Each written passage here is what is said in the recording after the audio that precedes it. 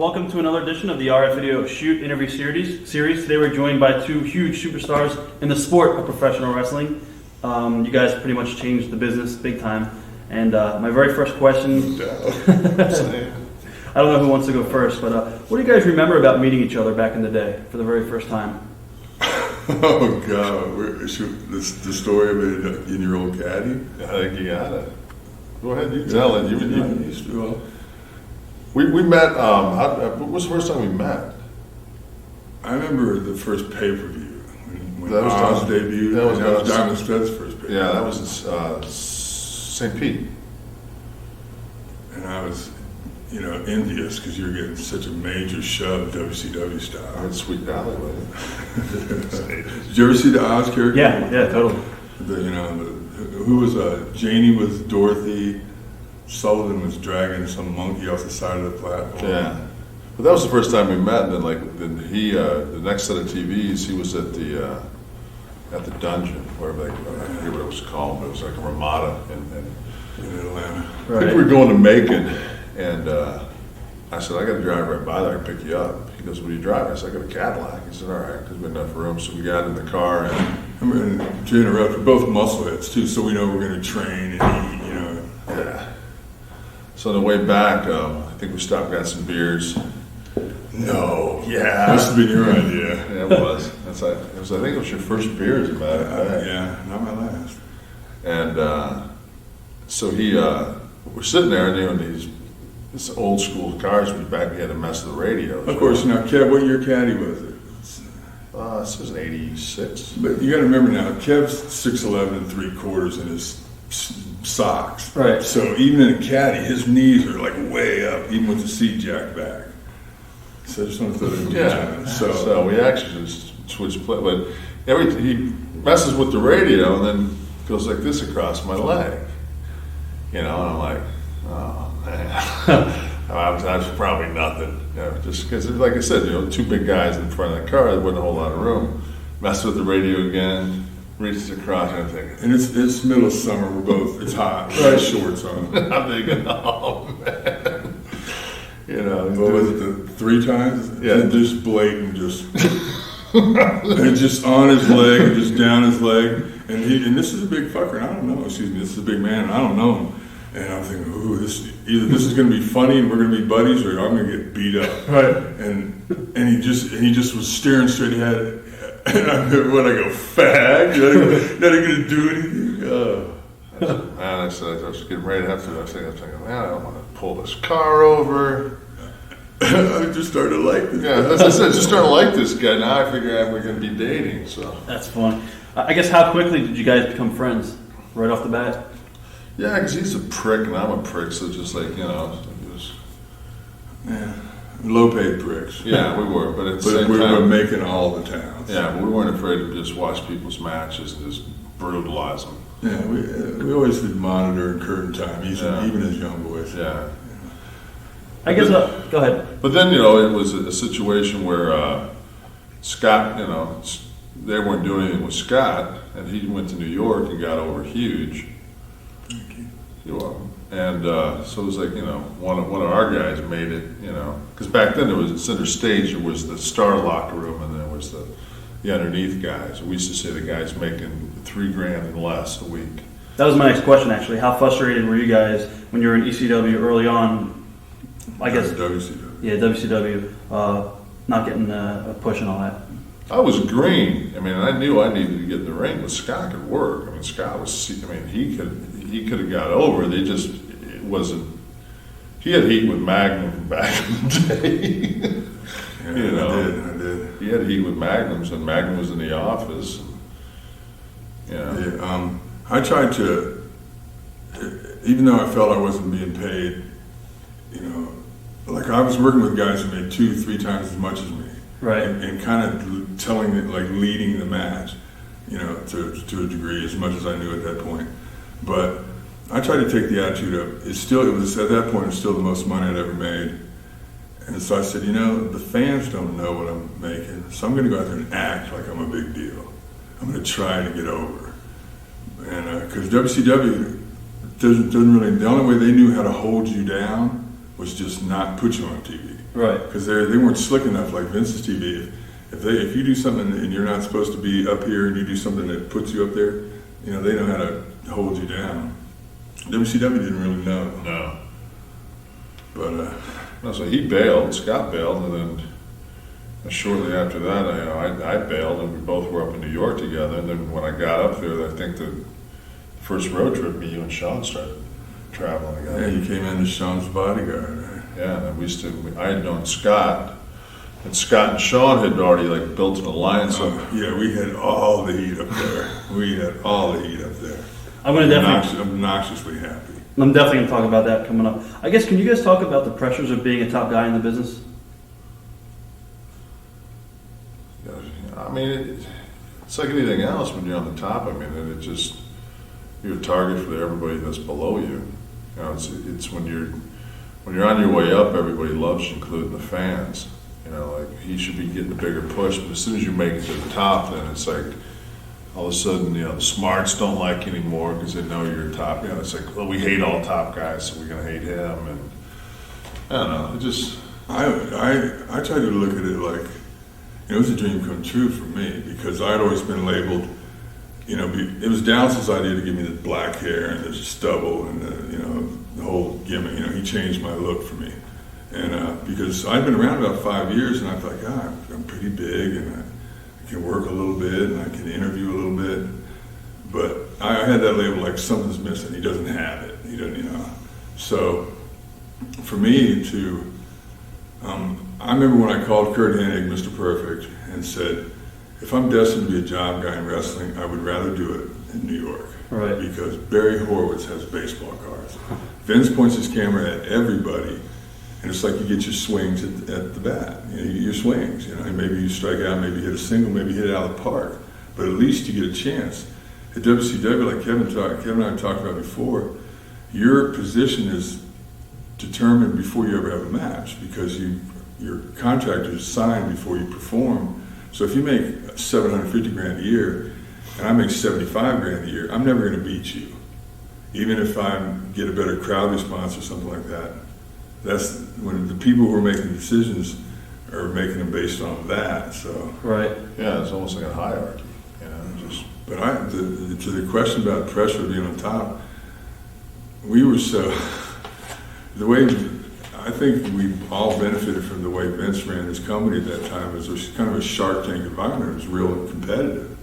And everybody wanted to be on top. And everybody watched all the matches. And you know, up there, you're only as good as your last performance. right. You know, so, and when you came back from the ring, if they had agents who, you know, when one agent was in charge of the box office, one agent was watching the matches, and he was watching them.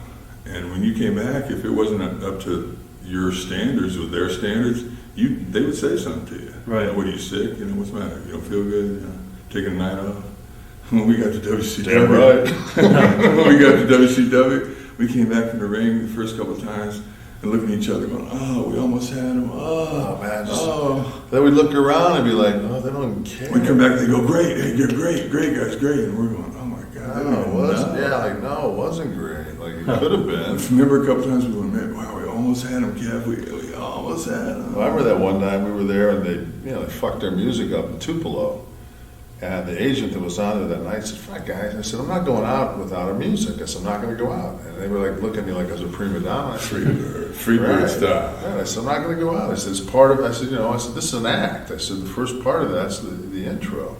I said, "I'm not going out." And the guy looked at me and said, "Well, it's just fucking Tupelo." I said, you know what guy that was? "What was that?"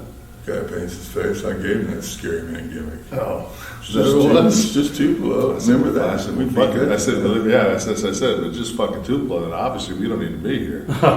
If it's just a town that doesn't matter, then why are we on the road? Because I can be home. And then, that became like our battle cry, after that. It was just like, if it don't matter, tell us, because, we need to know ahead of time it doesn't matter. And, we stuck it up their ass every chance we got there. Though. No. Yeah, a little bit. I mean, this place sucks. Oh my God. I guess, Kevin, you got up to New York and Scott was already there. Did you guys start traveling together right off the bat? Yeah. I mean, the first road trip, and that was back when you still had a, kayfabe, brother. So, So of course I'm riding with my partner. right, we're riding in the car. The three of us are in the car together. It's me, Scott, and Shawn. So we pull into some of the arenas. We'd all put towels over our head and just drive in. All three of us, not just one guy. All three of us would put towels. That's great. What I thought was funny about our angle, like with Shawn, and even then when you and I wrestled against each other, it wasn't a hatred thing. That's what I never understood about WCW when they got there. It was like, one time Sting did an interview and said, "You're a dead man to me." And I went there and said, "Man, what am I going to tell my son if he watches the show? Sting wants to kill his dad. Like, you're not going to win. You're not going to kill me. It's about winning and losing." Man. When we got there, the biggest angle they had was Flair was with Miss Elizabeth spending Macho's alimony. Right. I went to Bishop and said, "We're doing a divorce angle? How negative can we be? What about winning and losing? Doesn't the belt mean anything?" Like, that's what you're supposed to be about. I thought it used to be. Speaking about Flair, Scott, on the interview that we did with you last month, you called out Ric Flair on the last interview and pretty much said he was untrustworthy for taking the WCW title with him to WWE. Do you feel the same way, Kev, as Scott kind of feels? Yeah, I think that's bad business. I don't know. Anytime I've ever left an organization or anything, I've always, when I told Vince I was leaving and going to WCW, I said I'd do some favors on the way out because those were my friends that I was leaving the locker room. And he said, "I want you to put over Shawn, I want you to put over Undertaker." He said, "I want you to put over Warrior." And Warrior just came in. I said, "No, man, I ain't putting him over because he hadn't been in the trenches with us." But the other two guys, I said, "I'll put him over dead in the middle with a finish. I don't have a problem with that." And I did. So I've never had a problem doing that. But, I don't know what Rick's situation was. Did it mean more? It was a little bit different, Kev. It was before you got there, and I was with Heenan. It was a good spot for me. I was with Heenan, Perfect, and Flair. And I was going to screw Mach, and he was going to drop the strap to Flair. And I had some heat with Flair from WCW when he was burying me on TV when he was a booker. Right. And so I'm sitting there, we're in a little meeting with Vince, and he's running by what's going to happen. He goes, "Anybody have any questions?" I was about to go, "Yeah, you sure you want to give this guy your belt? Because he came to your company with the other company's belt." Right. I was going to say it because I didn't like Flair, and he's not my boss anymore, and I'm a prick. No! Well, rumor has it. So Kurt gave me the office, like, just tapped me on the foot, like, "Don't say it, don't say it." So I let it go. Do you guys think it's time for Flair to step aside because he's still on TV and stuff? Or I think he still gets a good reaction. If you look at the talent that they have, it was years ago, but I remember being in Philly one time and looking around the locker room going, "God," I think the card was messed up, so they were making substitutions. I was looking around going, "God, who can I work with?" Looking around the locker room going, "Wow, that's Ric Flair." Say what you want about him. Oh, he's past his prime. Oh, he doesn't look good, whatever. He's still Ric Flair. Yeah, I still think he's one of their top 4 or 5 guys. I insisted on taking the figure 4 right in the middle. You actually just talked a little bit about Warrior. What do you guys remember about when he came back to WCW to work? What was he like? I always got along with him. Personally, as a person, he's different, man. He's a different cat. But I don't think he has any malice in him. He's not a malicious guy or anything. But he's different. He's just a real. I found him to be a little eccentric. Yeah, but I think that's part of the thing that just kind of works for him. Go ahead. I admired the fact that, rumor has it, and I think the rumors are true, that he got his money. Yeah, he held up. So a lot of people say, well, he's not a good worker. I know one thing, when he went down the aisle, the fans cheered. And you can't learn that. You can't be taught that. They either like you or they don't. They liked him. He was real limited in what he did, but just book him with the right person. He knew his limitations. Yeah, he got paid. I like that because you need guys who demand money. Right. Some guys, this guy we know from Canada had the strap, and he was happy making $400,000 a year. It's like just if he could win every night. It's like, no, brother, you have to raise you got to go in there and complain. You're the man. It's business. Speaking of Brett, do you think that Vince? Do you guys feel that Vince was responsible for a lot of the heat between Shawn and Brett? Well, I'm sure. I mean, it's just good for business. They always stir the shit any chance they get. It just makes for better television. Two guys, especially back then, the show now is so heavily scripted. I mean, there's nothing organic that happens on the show anymore. But back then, I mean, guys shot on interviews, and it was. I think. Started that? I don't know, man. Two pricks. Yeah, well, see, when they went live, that was all a new thing. All his TV was all 50 matches in one day. Yeah, and it was all canned, and you did your interviews in the back. I mean, everything was Yeah, he did 10, 15 in a row. Do it over. Okay, now Albany, market specifics. So it was a different business.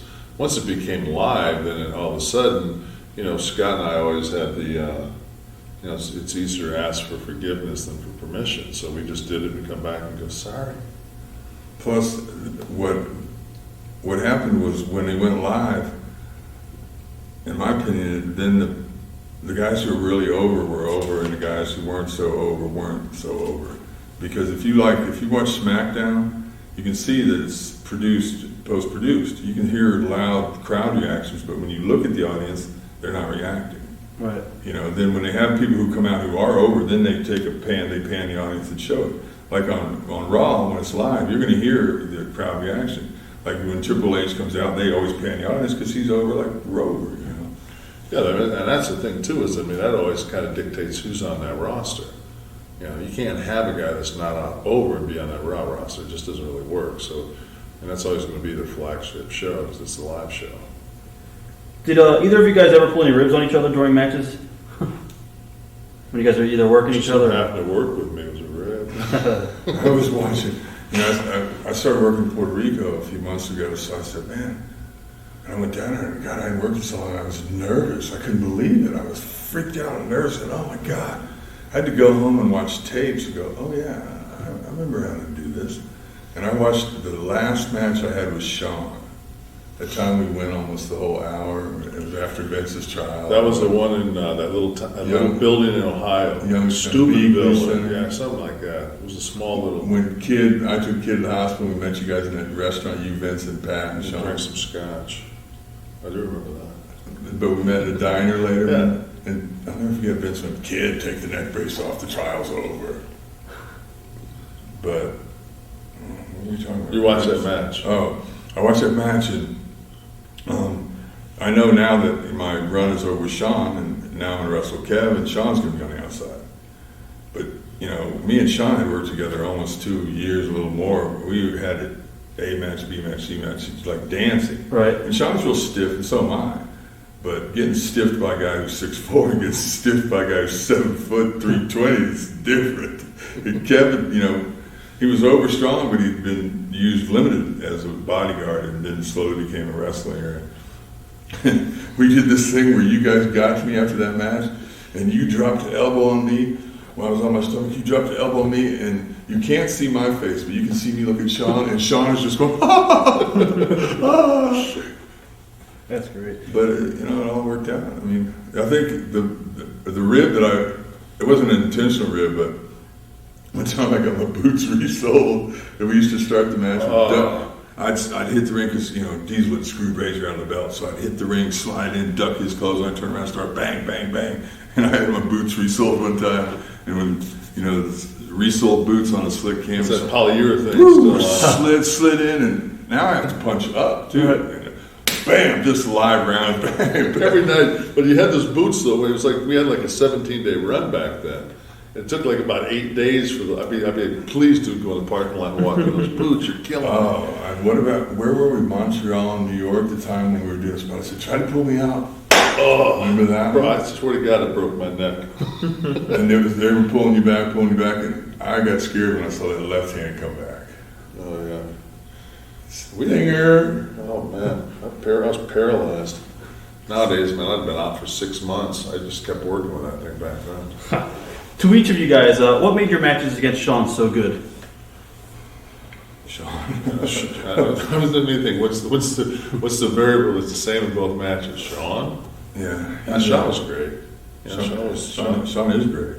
He, the last time I talked to him, I said, quit working so hard. I said, why do you still take so many bumps? Because I'm a mark. I just talked to him 5 minutes ago. I talked to him on the way here. He's I don't know. I remember when I first got to work with Shawn was after he'd come out of that rocker tag team thing, and in that era, the guys who were considered big were working strong for Vince, and he was a tag team guy. So they used to do spots with like Warlord or Barbarian where one guy would drop kick, the other guy drop kick, and he wouldn't go down, and double drop kick, he'd go down. So I remember Shawn talking to me, and I knew Shawn from Kansas City and from Minneapolis, and he said, but at that time Razor was getting kind of a big push, and Shawn was as well, but Razor was getting pushed, and I remember he talked to me like, if he was being real political about it, like, if you want to sell, what can I do to get you in trouble? I said, punch me, bam, I'm in trouble. You don't have to hit me with a chair. Especially, he throws a good punch. That's the whole thing. Somebody throws a good punch. It's so easy to sell it. Right. Plus, I think if you just sell. Plus, Kev's 7 foot, and you sell. I sold. Rey Mysterio beats you. But the thing is that, the thing with Shawn, though, is I remember the first time I met him, I'd seen him on TV and really never talked to him or anything else. And the first time I was in Albany, New York, was the first night I started, and I walked in the locker room. He's like a lot bigger than I thought he'd be. He's like 6'1.5". Then he turns around and goes, "Hey, I'm Shawn." Voice doesn't come out of that body, does it? What? I'm Shawn. All right, you're Shawn. Yeah, he's just a lot of guys. Shawn had a real teeny bop fan base. Like when he would go to the ring, he got a real high pitch. Right. And then, because he would go out every night before me, and I hear that, "I'm the sexy ball," and that meant like I'm in the back loosening up, time to go to work. Like his music was cueing me, time to go to work, and then go out. And there's my buddy in the ring, and my other buddy on the outside. You know why you were going to get over there, don't you? Because I had cool music. Kev told me that when he first met me, real serious. Man, you know why you're going to get over? They got a buzz on though. You know why you're going to get over? No, man. Why? You got cool ring. Yeah, but Shawn's deceivingly, he's a lot bigger than he looks on TV, and I think because he's so athletic that people think, well, he's got to be a little teeny guy, He's not, and he's stiff, and his stuff looks good, and he lays it in. And he shifts gears. Shawn has a prick mode. Yeah, no. Yeah, a little bit. Yeah, he's mellowed a little, though. I still think if you paint him in a corner, it's there. It's definitely there. Yeah, I'd like to find out. Do you guys have any good Click Road stories? I know you told us about the diner when. Talking about the Lookers? No, the one when everybody went to Puget Park? Pittsburgh? No, not that one. The one we walked in and Hips up. And we walk in, but we're all just absolutely filled out of our minds. We look and there's like the cop convention. That was one when they give Shawn the option to either go to jail or go to the hospital. What town, remember? We left Indianapolis, we were going like to... Was that the Summit? No, That was a different time. it was a different time. It was the one where it was like, I sent Hunter out to get all the beer bottles. I think on the way to the thing was, you were in pretty bad shape. You might not remember. I plead insanity. I'm crazy about that kind of stuff. You might not remember. I don't remember because it wasn't like it was one time thing. Well, that one night we got wasted? Yeah, one night.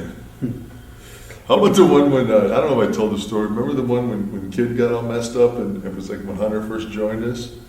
And Hunter, like everybody was smacking Kid. Come on, Kid, get out of there. And then Hunter smacked me one went, hey! Man, whoa, you're a little bit new here to be slapping You that can't hit hard. him. Right. It was great to have him. Because before you got there, well, Shawn always drove. I never drive unless I'm with Kid. Right. If it's me and Kid, then I have to drive. Because Kid's the only wheelman worse than me. Right. But then when Kev came, it's like, we'd be stumbling out of the bar. Well, you got to drive. Why? Well, you're the biggest. You got more body weight. So then I had to go to the 50 miles. I wouldn't get a buzz on the 50 miles outside the town. Everybody else would be just out of their minds, and I'd just be driving. I'd see a sign, Dayton, 52 miles. I'm in. The only time I got to ever drive with you was on the way to WrestleMania 18, crossing the border into Toronto. We're crossing the border, and like we've got I guess you would call them pills on us. And we're sitting there, we're prescription drugs. We're drinking wine. I'm drinking wine. He's not drinking wine.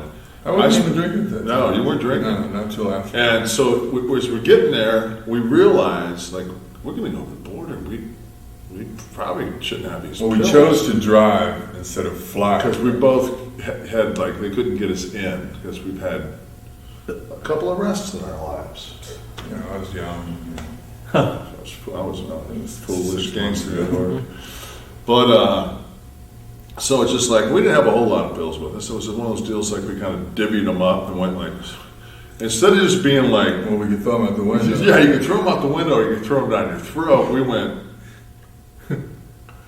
so we threw them down our throat and we get to the place and the guy tells us, pull over. Do I look fucked up? Yes. Yes.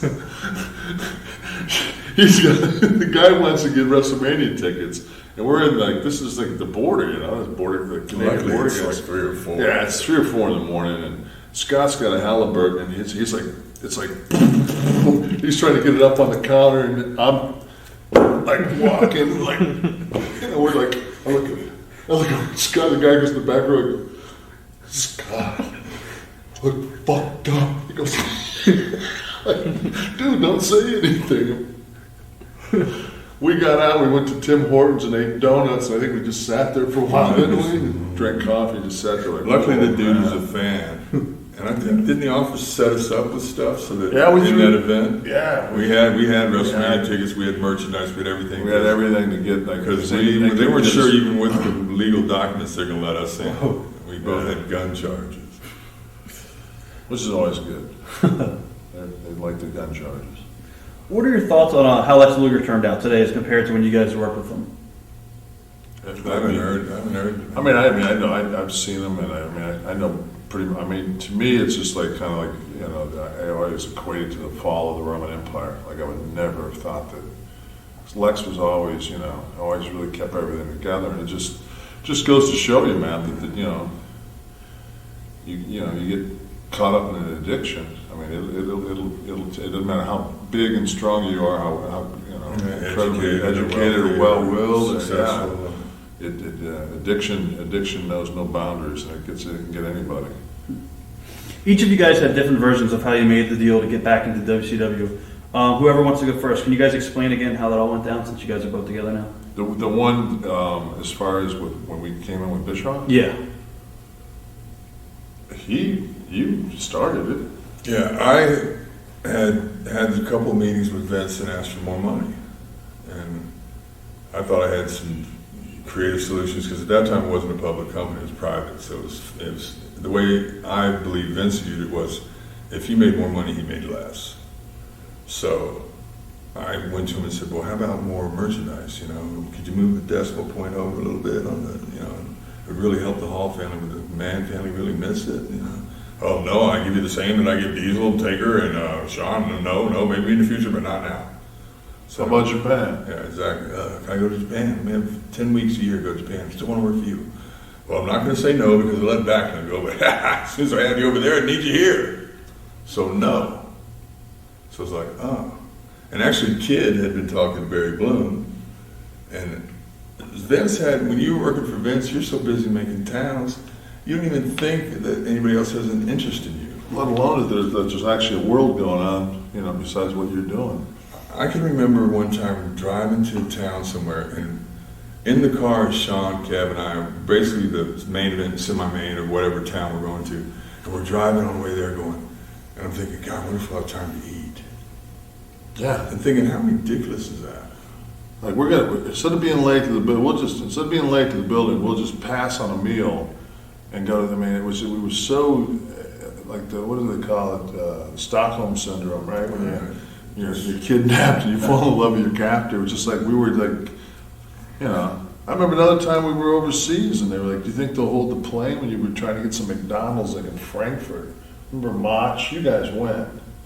I went because I said they won't leave Mach. They won't leave Mach. I'm going with Mach. But that was the same thing. It was just like, But see, Mach didn't know. Mach didn't know they wouldn't leave him. no. We had to coach him up because I think, I don't know, if I ran a company, maybe I would do it that way too, but the way I remember my first match in Madison Square Garden, I was wrestling in March, and I'm standing outside the curtain waiting to go out. They play my music, so I'm getting ready to go at the time that I always go out. And Vince goes, wait, make him wait.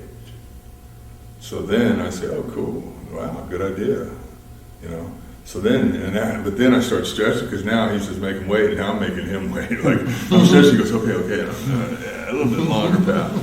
But he's, you know, he would pump you up, kind of like, and I don't mean this negatively. I think it was the way he did business, and it worked for him and worked for all of us. And it was like, man, they're all here to see you. You're a big effing star. Everybody here is here to see you. Go out there and tear the house down. So you go, yeah. And then when you come back, you know, you're lucky you got a job. Right. You know, because there's 10 guys waiting who will do it for less. You kept you on your feet. Never said, it was just kind of, it was the way I felt. Yeah. I got a lot of insecurities and issues, you know. It was just, I always felt like, oh God, you know, if I had a bad match or not a match that I was pleased with. But I remember that one time we were overseas. It was like a 22, 23 day bus trip. And it's like day 2 into it, and the heel bus, air conditioner busts. Just fucking, it's not working at all. It's hot as shit. It's humid, and one of the agents is like, "Nah, the air conditioner's not busting." I'm like, dude, the fucking refrigerator doesn't work. I mean, the refrigeration. It's just now it's another day onto it. So finally, we're in the back, and all the guys are sitting in their underwear playing cards. It's so hot on the bus, and I was the champion at the time, and I just like. I said to her, I said, you know what, man, fuck this. I said, I told Tony Gurria, I said, Tony, I said, you need to tell Vince that we're not working tomorrow unless this fucking bus gets fixed. That's from me and the rest of the boys in the heel bus. And lo and behold, fucking next morning that bus was fixed. But it was just like one of those situations. But when I said it and I went to bed that night, I didn't sleep a wink because I thought, you know what, I'm going to have a ticket fucking home in the morning because, you know, how dare you fucking say that the conditions aren't right. You're lucky to have a fucking job. That's it. But, you know, as time went on, it's guys like, I always feel there's 2 times when you have power. When you don't have anything and you don't care, or when you're secure and you don't care. Like, because I'm sure Warrior would have sat on that bus with no AC. Well, I get it, you know what I mean? Like, the bitchy wheel gets the grease, you know? Like, I remember it wasn't long after that when we started saying, tell them to get Corona or Sol beer. Get the Mexican beer. We're not drinking that fattening ass German beer. Have 10 cases of beer on that bus, iced down every night. Yeah, because I mean, you drive for 5 hours and you drink that damn German beer. You know, it's one thing if you drink 1 or 2 beers a night. When you're like us, a couple of coneheads, and you're drinking, 24 beers until they're gone. Yeah, exactly. Stop and get more. But I mean, it's a completely different situation. But it was one of those deals. Like if you, then it becomes a situation where it's like a kid that cries. You know, it doesn't take them long to realize, well, the only way I'm going to get these people to respond to me is to fucking be a prick and a bitch. I remember one time me and Hunter and as the man, you're kind of right. You're the champ. You have to do that for the boys. Like you're the one, and there were champions in front of us that didn't do that. That just were worried about themselves and didn't give a fuck about what happened to the guys that were underneath them.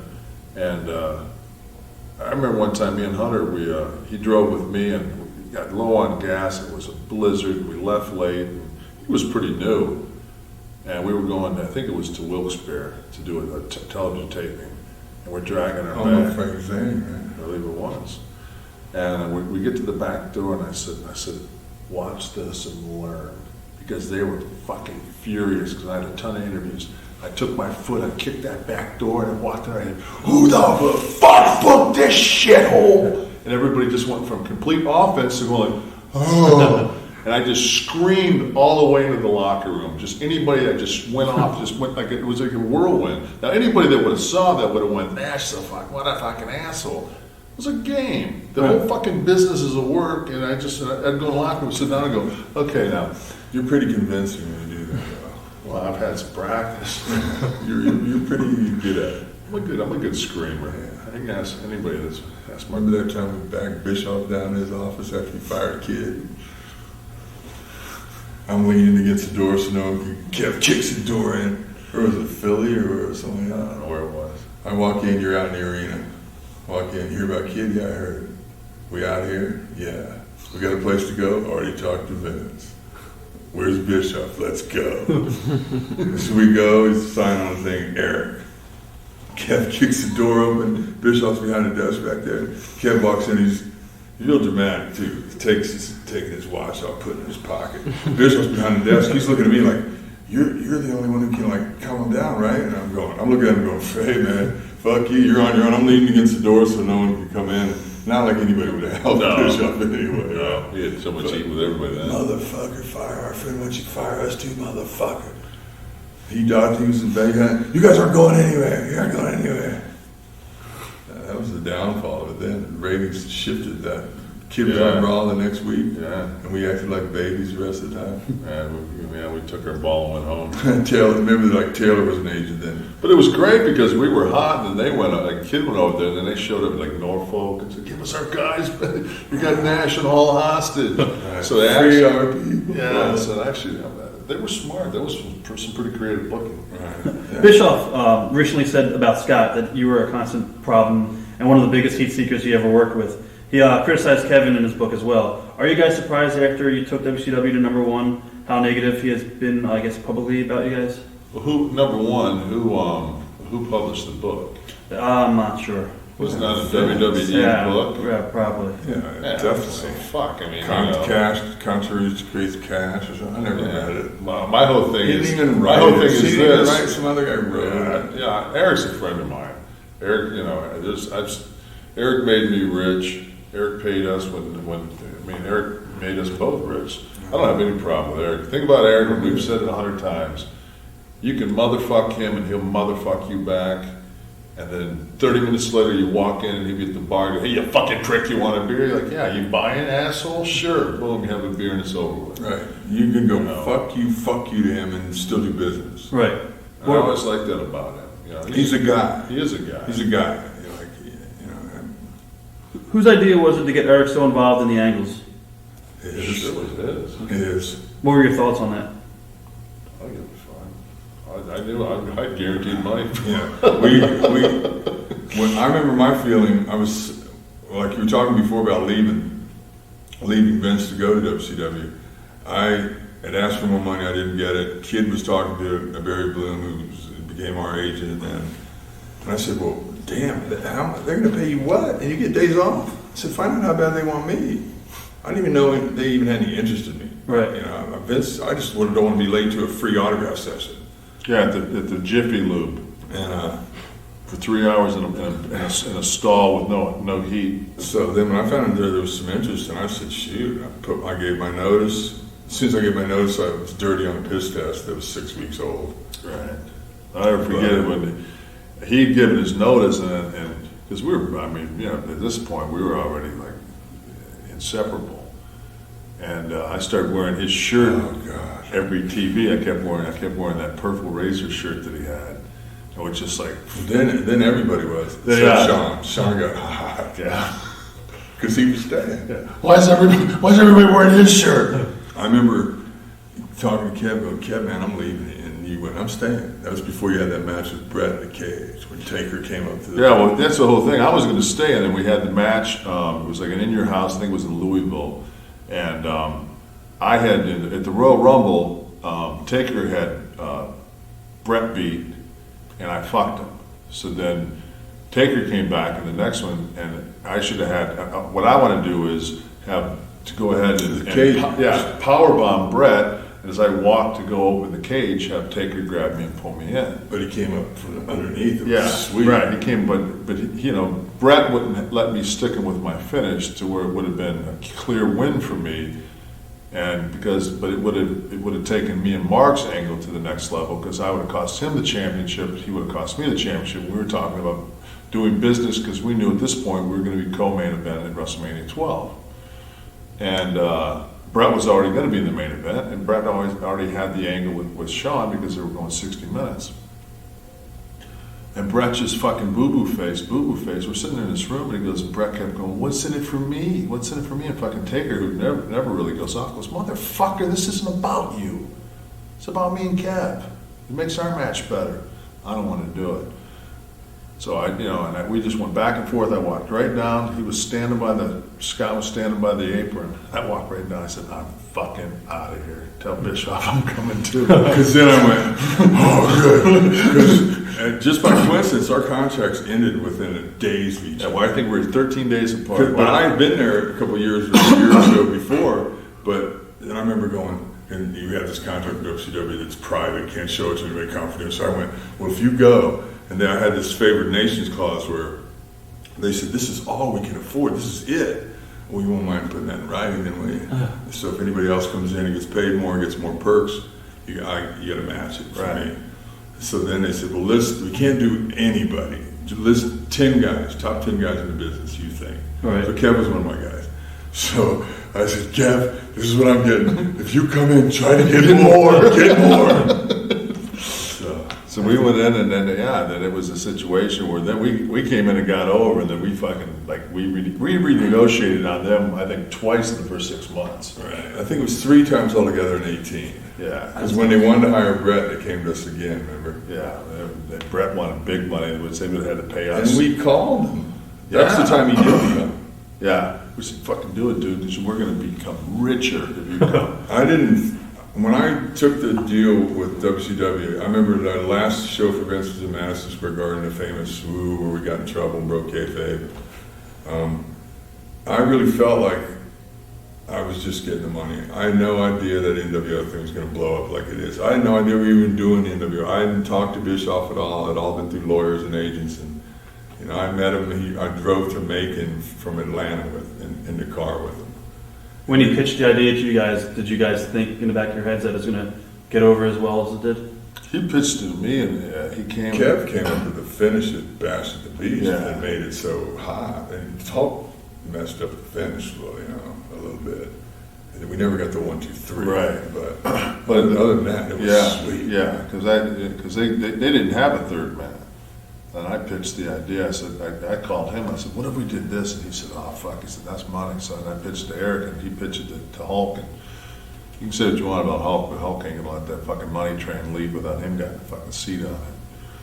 So, but when Eric came to my house and pitched me the NWO idea, I saw that. Like, I still got that basketball vision. It was more of a twist. He came to my crib, and we went out to a strip club, and I live in Phoenix then. It was the Bourbon Street Circus out in Phoenix, and he pitched the idea to me, and I thought, in my mind, like, yeah, that'll work because it's going to look like fucking we came over from Vince's TV. I mean, that's going to, it's really going to work. But I'm thinking in my mind, fuck, legally, can we do that? Which obviously we couldn't. I remember the first TV I was on, Bischoff was just going to send me down the aisle and have me go and do an interview, like I worked for WCW. And it was Larry Zbyszko's idea to send me through the crowd and interrupt a match, but not interrupted by jumping the guys. Just walk in and start talking and have the two guys work and go, oh, hey, Scott, what are you doing? We're having a match. No, this is more important.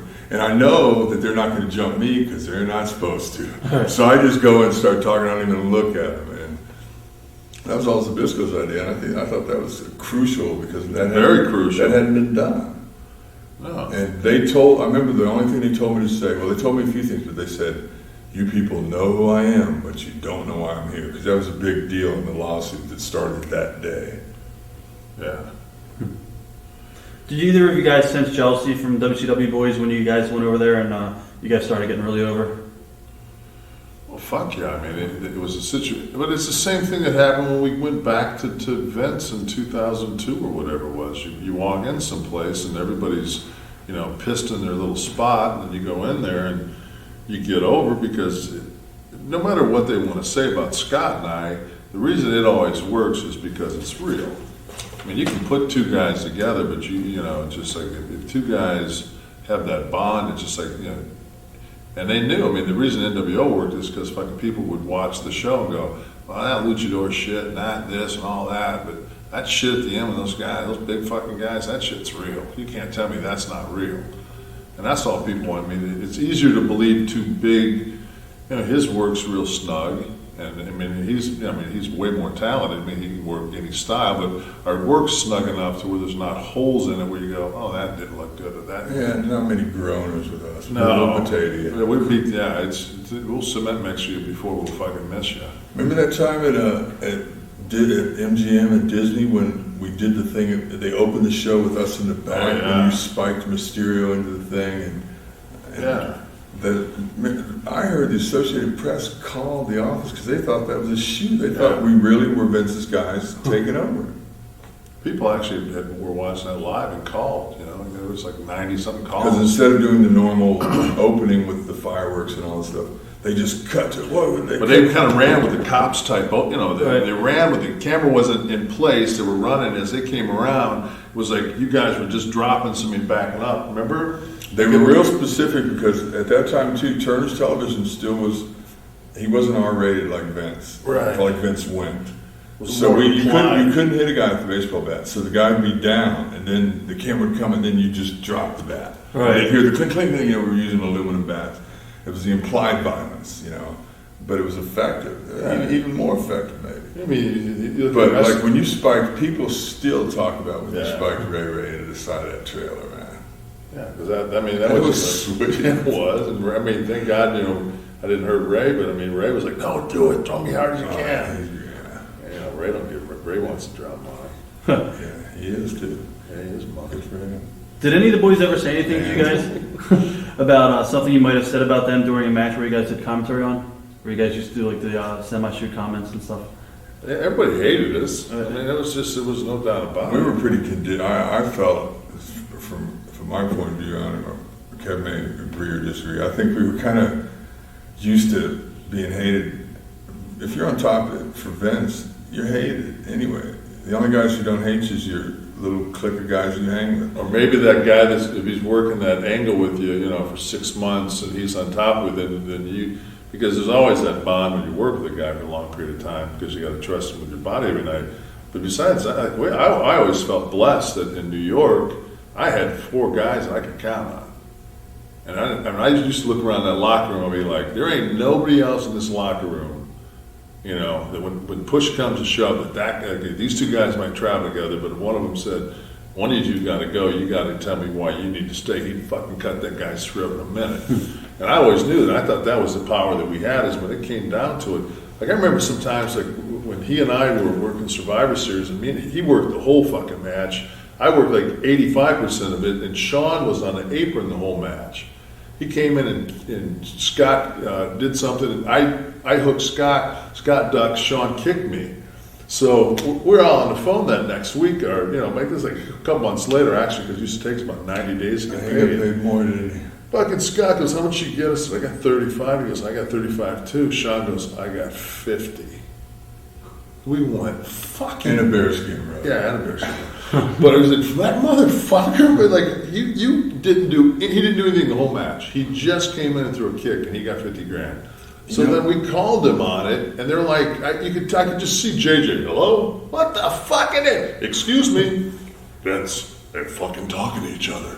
Yeah, which was unheard of. Right. I mean, maybe some guys did it before. And then Vince gives you, and you know they're right here. Vince is right here, JJ's right here. Yeah, really? Let me talk to JJ. They do fucking know. We'll make it up to you. It's like, then at that point right then, you know, all right, we've been getting fucked forever. And then, it's like anything else. Once somebody gives you an offer at that point, it's just like, gee, I wonder why they left. We're the bad guys.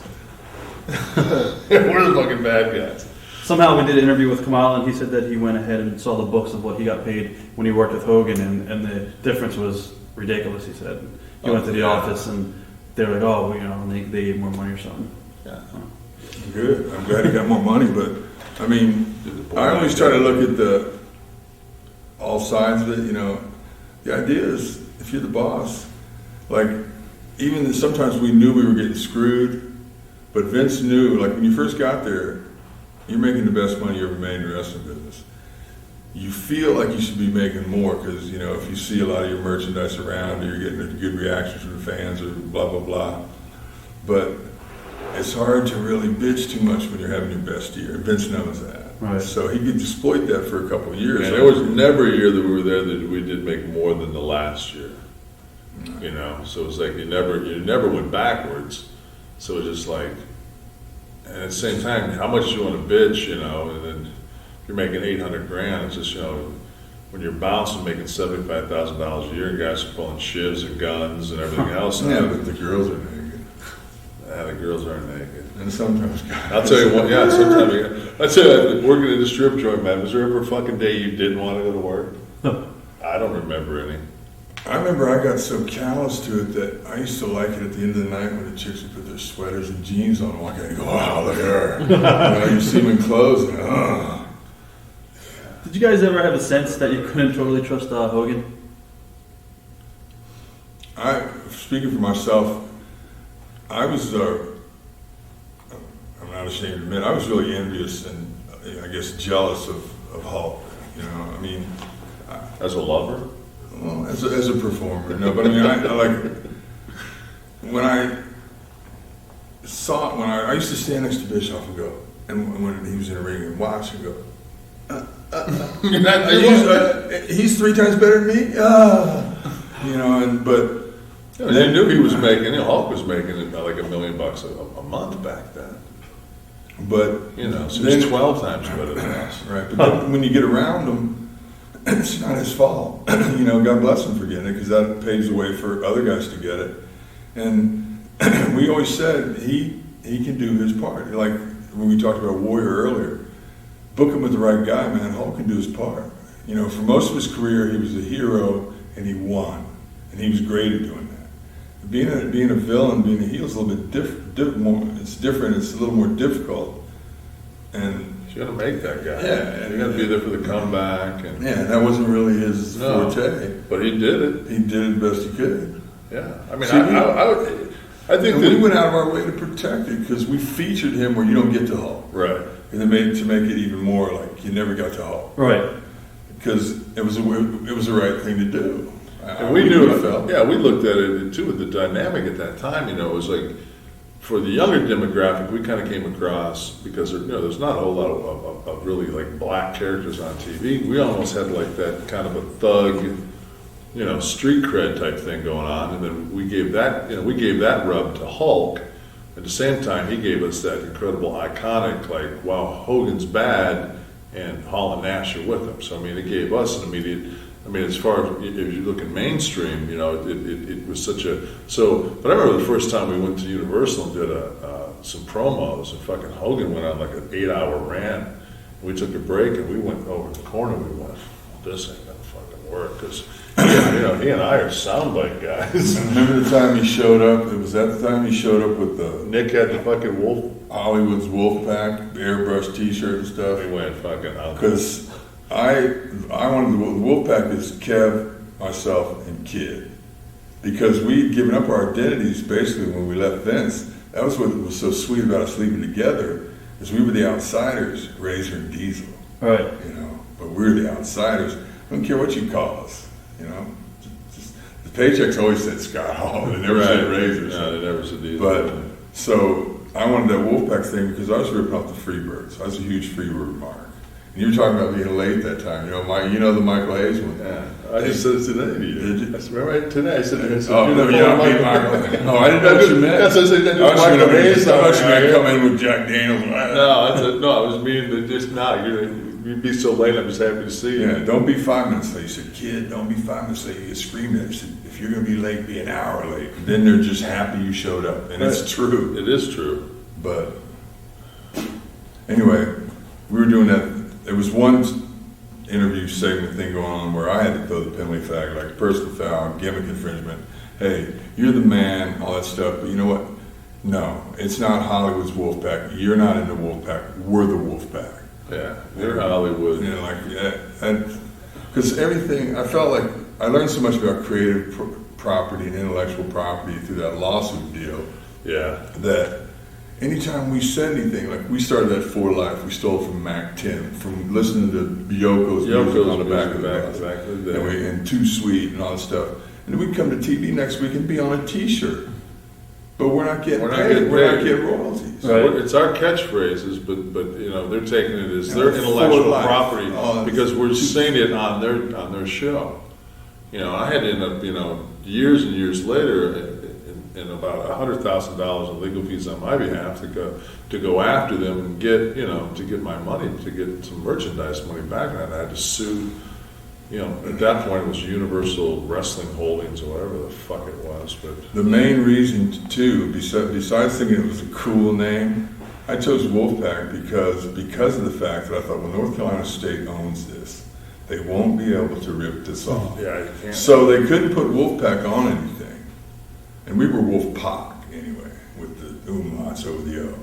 So they came out with these red shirts with the wolves on them, and they sold like crazy. So now, if you're going to split up Hall and Nash and Hogan and Savage, you know, who are you going to put together? Right. It seems like it'd be natural, us against them, and two generations against each other, blah, blah, blah. Oh no, that's how slick they were, boy.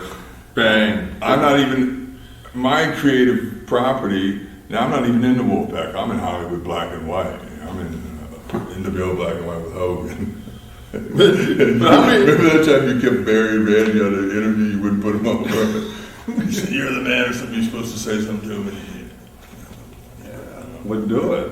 That's like when they used to tell me that, you know, he was suspended for the longest time, and they tell me, you know, go out and bury Scott. Go out and bury Scott. And I go on TV and I bury him, or I buried Hogan because he was sniffing up Rodman's ass and all that other shit, him and Bischoff. I remember one time I was watching TV and you went, you were wearing my shirt, I don't know, just an outsider shirt was doing, but I remember one time you went out and said, let he who's out without sin cast the first stone. That's right. It was like, whoa. Remember when they fired Kid? Everybody wore the 6-ball NWO shirt. Everybody. That kind of stuff means something when you're sitting at home. Yeah, it does, man. I remember that for a while there. He was at home, and I did segments with a Scott Hall cutout. You know, and it would do a number. You know, it was like. Did you get heat for doing any of that? Yeah, I got a lot of heat. You know, that was the sweet stuff about being live too. Right. At the same time, though, you know, they tell me to go out there and bury him. Right. You know, and I'd be like, all right, okay. Fuck. Once I'm out there, I forgot. I froze. And what are you going to do? They can't do anything. You're giving me this cutout to go out there. I'm not going to fucking bury my buddy. Fuck you. I mean, there's hair. Good for you. Getting back to Hogan, did the two of you guys get along with him, or did you guys butt heads a lot with booking moves? I think it took a while. You know, we traveled so much on those. I don't know about. I'm not going to speak for Scott on this, but I'm sure you know that he'll probably agree with me that we spent so much time on those private planes back then. They would go down and get Hogan, and then come and get Randy, and then come get Scott, and then come get me. Or actually, no, fucking, me and Scott would have to drive someplace because, you know, they wouldn't, you know, we're not picking up both of you. I'd have to fly someplace. But we'd spend a lot of time just on those Lears, you know, we drank and partied and. That is the way to travel. Yeah. They wait for you. You know, there's no rushing through the airport. No, it's just like if you want to have you want to stop at the strip club and have a couple of cocktails before you get on the plane at night, they got to wait. Yeah, on the way to the match. Right. But anyway, all of a sudden it became a situation where, you know, you look at a guy and you're like, well, he's not one of the boys. Like Hogan's not one of the boys anymore because, you know, we're still driving around with tourists, making towns and shit. Then all of a sudden you get thrown in that and you realize it's like, you know, you're going to become whatever your process is and you become accustomed to those things. And yeah, all of a sudden it's like, all of a sudden we weren't like the rest of the boys that were in the locker room. You know, it wasn't that we had changed, but it's like the mode of transportation had changed, the viewpoint from other people, the perception that other people had of looking in at us. But he and I were the same two prick jackoffs we were, you know, and when we met in shit was it 91. Well, you know what they say too, that just made me think of that old thing where they say, you know, there's how other people see you, how you see yourself, and how you really are, you know, so who knows? I mean, and see, the thing about us is like, we didn't care. No. Like, I just as soon get along with everybody, but if I don't really care, because I already have a couple friends, you know, and if you got a couple of close buddies through thick and thin, like, that's all I need. You know, I mean, especially in a wrestling environment, if you get, and especially with Kev's a special kind of cat because he's like he talks about kicking the door and rah. Once he found out that worked, he wasn't afraid to use that. And see, a lot of times I wasn't sure, and I know him if it was a shoot or not.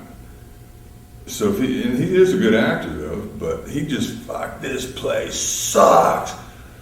I can go from 0 to 100 pretty fast. I mean, I'm still, I got a volatile temper. So it's like, but I learned like early in life, you know, if you have a conversation with somebody, it's beginning to become a little bit of an argument. If I take a mini step into their personal space, 9 times out of 10, all of a sudden I start to, it's a physical advantage you have, and you realize, I see my son already, you know, because he's so much bigger than the kids he's around. I see him use that. I mean, it's just something that's... Cody's 6'7". I know, I saw him. Fuck, he's a big spoon. I observed Kev, you know, I've been around in New York, and then when we got to WCW, it was a little bit different because in New York, there was guys who knew more than you or had ideas. Like Pat Patterson helped the way our clique thought about business. I think Pat's a genius. I do too. And when we got to WCW, there were some smart guys there, and there were some guys in powers of position who weren't wrestling guys.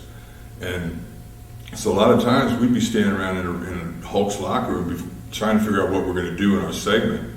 Hulk had creative control in his contract over his character. Right. Of course, Bischoff is the boss, and then the rest of us are going to. I'm one of them guys. I gotta say what I think. Anyway, you know, I care about wrestling. So I used to use the same tired line. I need the You know, you're my boss. I'll do whatever you want. I want to start by clarifying that statement because I need this high-paying job. But if it was up to me, and it's not, I think we should do this. Or you do the one, I used to like the one you always do, you go, we can do that, and it'll probably fucking suck, but if you really want it to work, and immediately it's just like, you're not saying the idea is completely bad. We'll do it, it'll suck. But what if, bad or no bad? Bad or no bad? I remember one time when Terry Shadow came up to me and said, well, why don't we just do the old thing? And I said, I hate it already, if it's the old thing. That was one thing that was our standard early in the NWO was, we didn't do anything, if it had already been done, no. That was no. Somebody pitched an idea like, remember in Luke? Nah, fuck, I don't want to do something Watts did. You know, no, I don't want to do that. Do you guys think Eric was in the right place at the right time, or do you think he was really smart? I think smart. I think he's smart. Okay. Smart enough to be in the right place at the right time. Exactly. When Vince would have Hunter and DX come over to cut promos at the arenas, did you guys ever consider going outside and trying to work your own angles out of it? Tried to do it in Norfolk. I couldn't find them. That'd be great.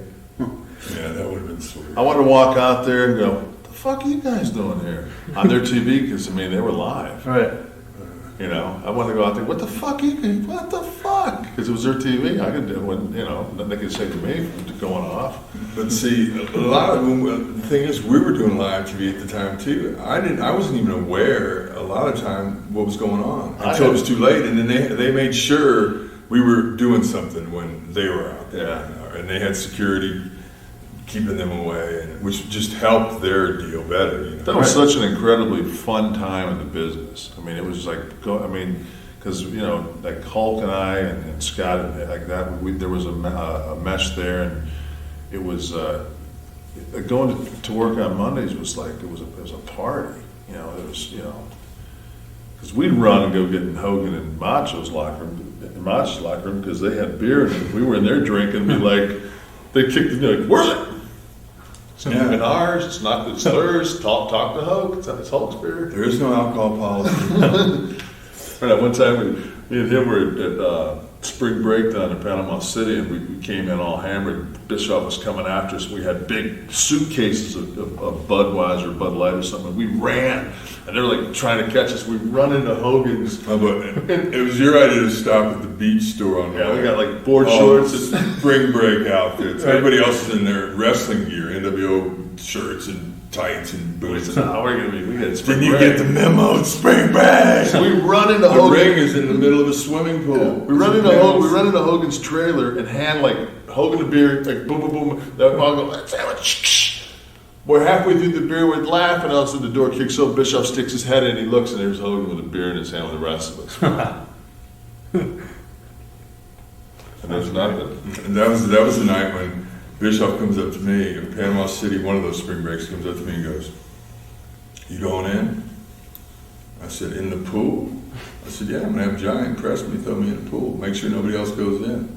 He goes, "No, into rehab." He wanted me to go to rehab, and I said, "No." I said, "I'll go." Yeah, I went. Yeah. Are you guys surprised that Goldberg speaks negatively about you guys? And he said that you guys tried to sabotage him. No, he's a mark. I'm not surprised. I was going to ask Scott. You actually said that Goldberg was a mark, and I was going to ask you if you never got it. See, I like Bill as a human being. I like him personally outside the ring. He was a mark. He's one of these guys that just like I would have been over if 20 years during my career I would have never got beat. What the fuck? I mean, what kind of mentality? I think I said on the other interview, his first road trip was Roanoke, Virginia. He's standing at the baggage carousel like a lost puppy. I've been on the road a lot of years. I go from, "Hey man, who you riding with?" "Oh, nobody." I said, "Look, bro, I get free cars, free rooms. Come with me if you want. I know where the gym is. I know where the restaurants are. I know where the building is. Make this loop." Did you do the radio thing to him? Yeah, he didn't stop. It's hard. That bald head. You put rosin on your palm. And then, because he wasn't Goldberg then, you know. And then when he started to get successful in his early contract that was coming to an end, I introduced him to Barry Bloom, who negotiated a hell of a deal for Bill, and he ended up becoming a very wealthy man. So why he would have heat with me? Yeah, every time you sit in your Barracudas and all that shit, just realize who bought those. I don't know. But, you know, I have heat with everybody. So Exactly. I'm not worried about it. To me, he's passionate. He's got a personality. He's an alpha male. It's just like, I mean, if you're not he or I, 9 times out of 10, you ask 100 people in a room, "Do you like those two?" They'll be like, "No, I don't like them." You want to work with them? I'll work with them. They'll make you look great. But I don't like them. Do you guys feel that WCW would have been successful without you guys if you guys never came in? Do you think they would have reached that? Yeah, because they were doing that whole fucking Dungeon of Doom, Curtis fucking brother, my brother. Oh, and coming soon, Glacier. And they had that fucking deal where the Yeti battled Giant, the super trucks on top of Kobo. Yeah, they were going in the right direction. Hey, So I gotta say, fuck yeah, it'd have been good shit. The whole alimony angle with Flair and Mons and Liz, that's, you know. And I always thought Alex Wright was completely misused. Das Wunderkind was a wonderful lover. Do you guys think Vince Russo gets too much blame or too little for the end of WCW? And did you guys feel that he was a good booker? Fuck, giving him the blame for the end of WCW is like telling fucking the guy with the cello to take the fucking wheel on the Titanic, you know. "Hey, you guys, we're almost complete. You drop the cello, come take the wheel." Fucking, it's that fucking cello player's fault the Titanic sunk. Fucking, that thing was dead. You couldn't have resurrected that. It just wasn't possible. A lot of wrestlers say that they never knew who was in charge of WCW. Is that accurate? I knew it was in charge. I know she was in charge. Must have been the Mexican guys. They didn't speak good English. It's fucking buried in there. Do you guys? We're in charge. Shut up, bring some pills. Do you guys think that Hogan ever used you guys, or did you guys ever think that you used Hogan? I would hope. I mean, that's the Yeah, guy. that was the whole deal. You know, Yeah. used each other. It's like a fucking pack of vampires. Fucking, you sleep for fucking too long, so you're gonna wake up with a couple of teeth in your throat. Hulk was in the Shark Tank environment in New York, and he flourished. You know, he was the Great White. You know. Yeah. No, I mean, we knew we were getting to rub off Hulk, and he knew. You know, we all knew what we were adding to the equation. You know, everybody. You know, once I got past the kind of envy and stuff, and then started looking at it in a positive way, like, wait a minute, this guy's paving the way. What am I bitching about? This could, you know. And I'll never forget Hulk watching us do jobs all the time and realizing that it didn't matter. Didn't matter. We were getting beat every night, every night, and it's still over because we did when we had the tax test, we did a thing where we do a job. And then Eric would reverse it. By some stipulation, that reversed it. So pay-per-view, the people paid money. Paid their money, and they got to see us get beat. We always did clean. And it almost became a situation where, okay, now how these two pricks going to come back on Monday and get them back?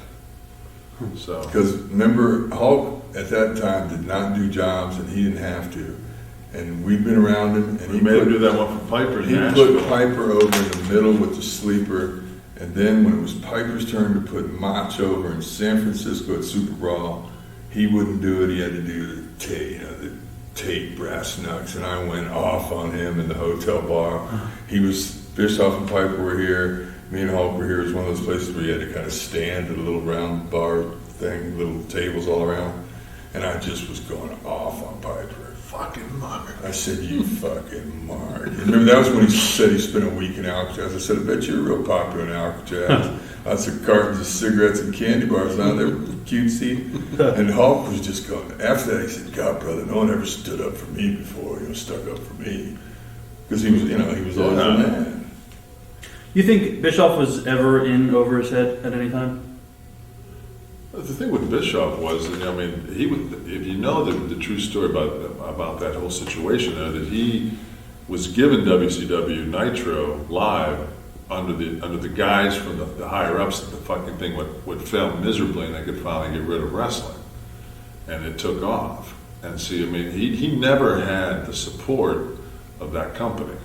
I always looked at the hierarchy of TBS and thought, here's these fucking morons that they're paying they're saying, well, they got a $40 million payroll at WCW.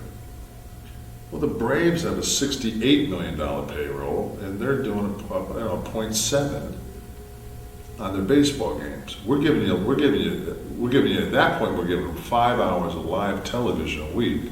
And the Saturday show. And the Saturdays and all that. Well, actually, the Thunder wasn't live, but we were giving them, I think, 7 hours of totally original broadcasting.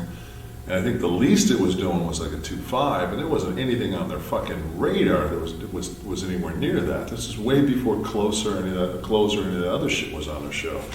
So just like, I said, I remember one time I was talking to Brad Siegel.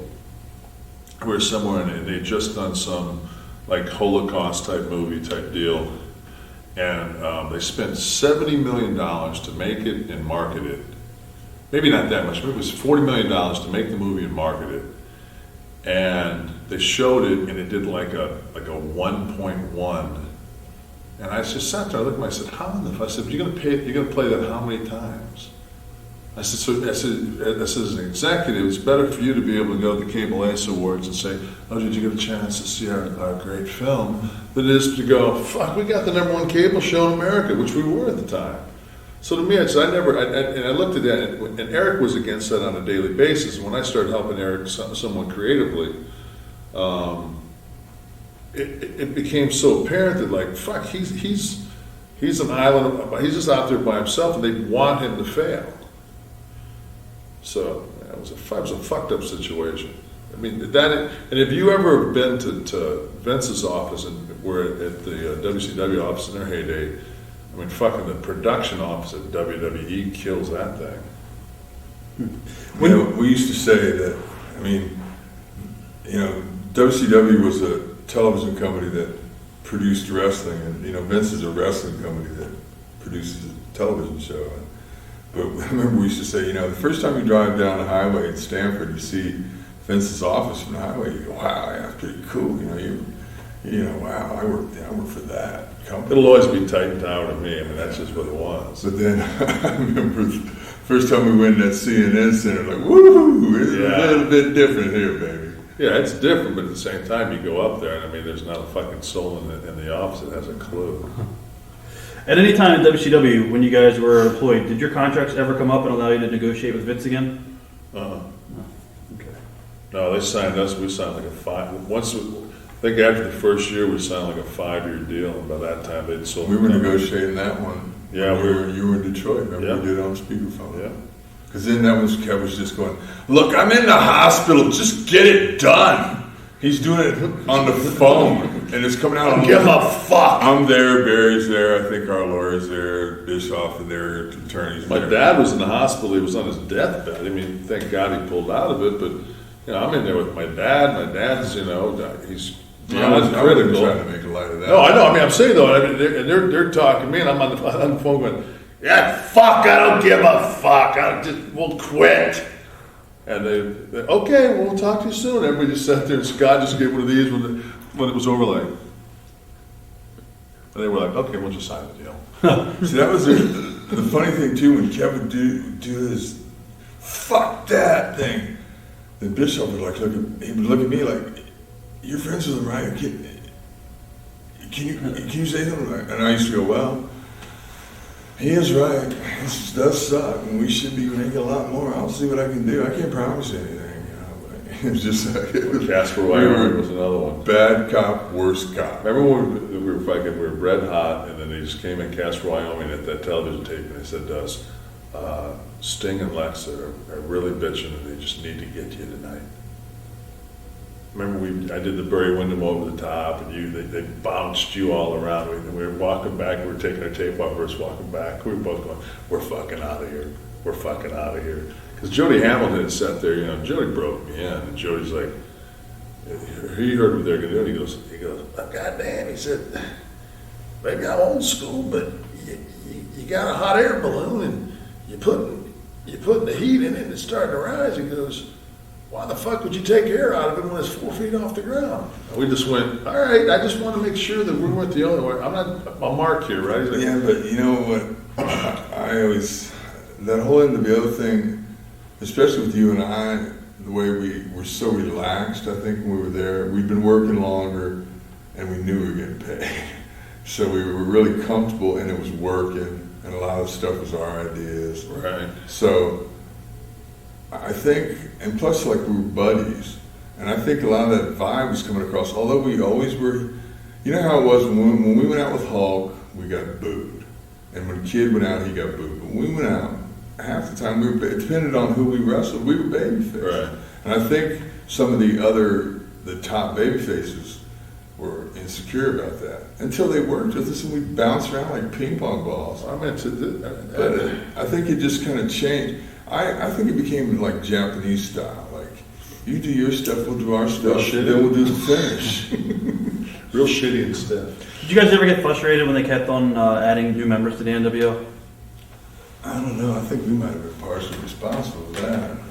They kept saying how to get somebody over, and at that point, it was just like, fuck, put the NWO pod in their hotel room. And wake up in the morning, And, Yeah, then we didn't have to make all them right. shit All of a towns. sudden, we didn't have Put NWO shit on him, send him to town. So All of a me and sudden, Kevin don't have to go we had there. like a B team. Like, I put them bitches on Thunder, man. Let's go home. What made the NWO work in your mind, and why hasn't it been able to be duplicated to this day? I mean, I hate to use the same redundant term. I just think that it was organic. It was at the right. It just everything. Never in the history of wrestling really has a guy that top jumped. Like, just showed up on a show. Like Luger jumped. But I think that. But I think Scott jumping, and then like a couple of days later, like me jumping. That was the first time, and we were basically two of McMahon's top 5 guys. So I mean, Well, that last loop, remember how we said, God, he's still not selling? yeah, We were making the last couple of towns, it was like Philly, Hershey double shot on Saturday or so, and Sunday. I ain't doing that fucking double shot. Fuck that. And Sunday we're in the Garden, and Vince and Pat come to the towns, and everything is sold out. He's the main event, I'm semi-main event. We feel, not being marks, but we're part of the reason people are there. The way they did back then, if you did interviews for the town, that meant you were high up on the card, and that meant you would go to the guys who were on early in the match and go, hey, look, if you didn't do an interview, that means you go about 6-7 minutes and get out of there. Don't go 30 minutes because it's a good house, and we go to the ring at 11:30. But Because I gave us, He never- the time we showered, I gave us maybe an hour and a half at the bar, which is unacceptable. no. But yeah, I remember that he never sold. No, he never sold, man. He never He sold. never sold. Like, And and knowing him, now like the way I know him, it's just like you can't expect it. He's going to no sell everything. But I think he did the no sell oversell when he did the Razor Diesel guys. Yeah, when they tried to bring them back, the bogus ones. I mean, that wasn't really it. But it was me, Ask Cain and Fear No Evil, or whatever that movie. I thought that was like, people asked me about that. I thought like, made me feel like Elvis, man. Yeah. Remember where were we? That was the time we walked out of the ring when people were throwing stuff at us. Little Rock. Which we will be next. We told them, we said, if you people keep throwing stuff at us, we're leaving. I remember I got a mic and I said, I can come all the way out here to this shithole town if I can blow my knee out, because they were throwing beers. So they threw stuff and we left out of the building. Right. To the hotel, and then that's when Vince on his TV apparently had that night said that the return of Razor, which was all we had no idea, man. We didn't know, man. And it phone played, rang in the hotel room. The phone first thing was, this is back in the beeper days, and the old term, your beeper blowing up. I mean, it's like, and it's all 404 numbers. 911, 911, 911. Fuck you. Then our telephone starts ringing. I just got. Did you see this? Do you think a feud between the two of you guys in WCW would have been big business? What's that? If you guys would have We were feuded against each other. Remember they split us up? It never worked. So to me, it's like they tried so many times when the Steiners were hot. The thing is, it's like brothers are one thing because they're born genetically to each other, and they're brothers by birth. But like best friend buddies, I mean that's by choice. So I mean it's even more. I think there's more of a bond between two guys like that. We even tried it for a little while when we were Razor and Diesel. Yeah. We'd bump into each other, and turn, and we tried it 2 or 3 times. It never worked. Never worked. We went, this ain't gonna. But I wrestled tags against you and somebody remember when I was doing the Hogan slow turnaround that I stole? Yeah. Remember when Hogan, Giant walked up behind Hogan and Hulk did instead of doing the turn wrestling speed, Hulk did the.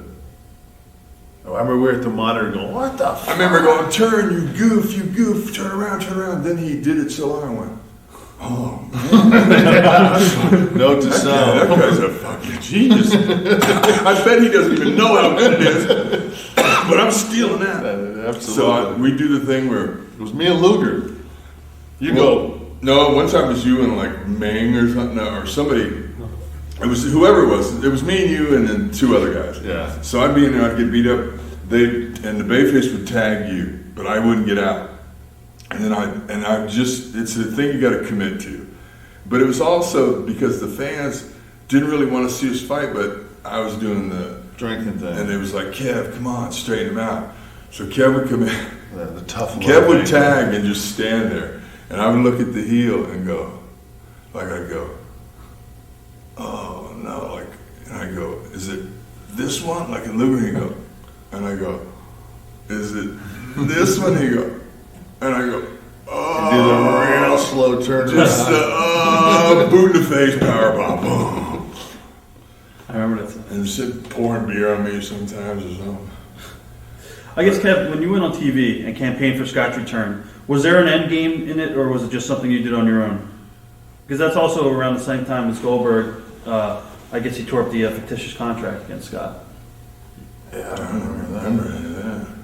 Was that the one that was up in that?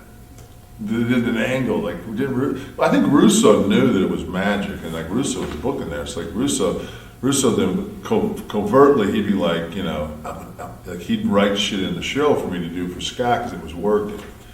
And then we had a little run there before they kill it again.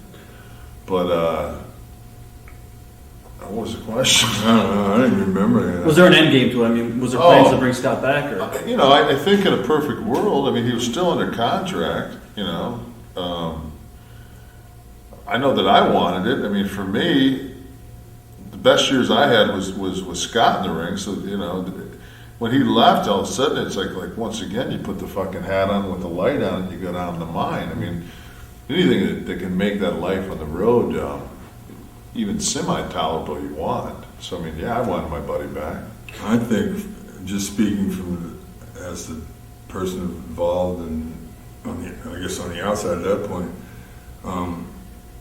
the way I look at the business is, I'd rather work with my buddies, but if the guy's not my buddy, but if he can go, or if he brings, if I have chemistry with him in the ring, I don't care if I get along with him in the locker room or have dinner with him or something. But some guys you get in the ring with and you just click. Right. You might not click anywhere else, but in the ring, and it's not even you and him maybe, but it's the way the people react to you. And you go, oh, this is going to be easy. Like, remember how over we had Luger? Yeah. We had Luger so over that he Hulk dropped the strap in Auburn Hills. Yeah, Detroit. And Sting bitched. No, it's true though. There's certain guys like Lex was a guy that could always do his part. Right, kind of in the Hogan way. He knew his role. He could win. He could, be He looked impressive looking. He could do his interview like that. When I guess Bischoff was demoted and Russo took over in Power, did it affect you guys at all? No. At that point there, I mean, it was A done deal. Yeah, it was. You could see the writing on the wall. I should probably apologize publicly for the way that I did business or didn't do business with Vince Russo, because He's a TNA man. We can leave here and go. We got another run left, bro. No, Don't do it in person. No, but I mean, yeah, I just won't say it now because he's probably the kind of guy who watches these things. But Not I just, anymore. I just, I don't know. Like I have a bad problem about saying what I think, and I say what I think. It's sometimes in wrong settings. I don't have real good people skills, and so it was real hard.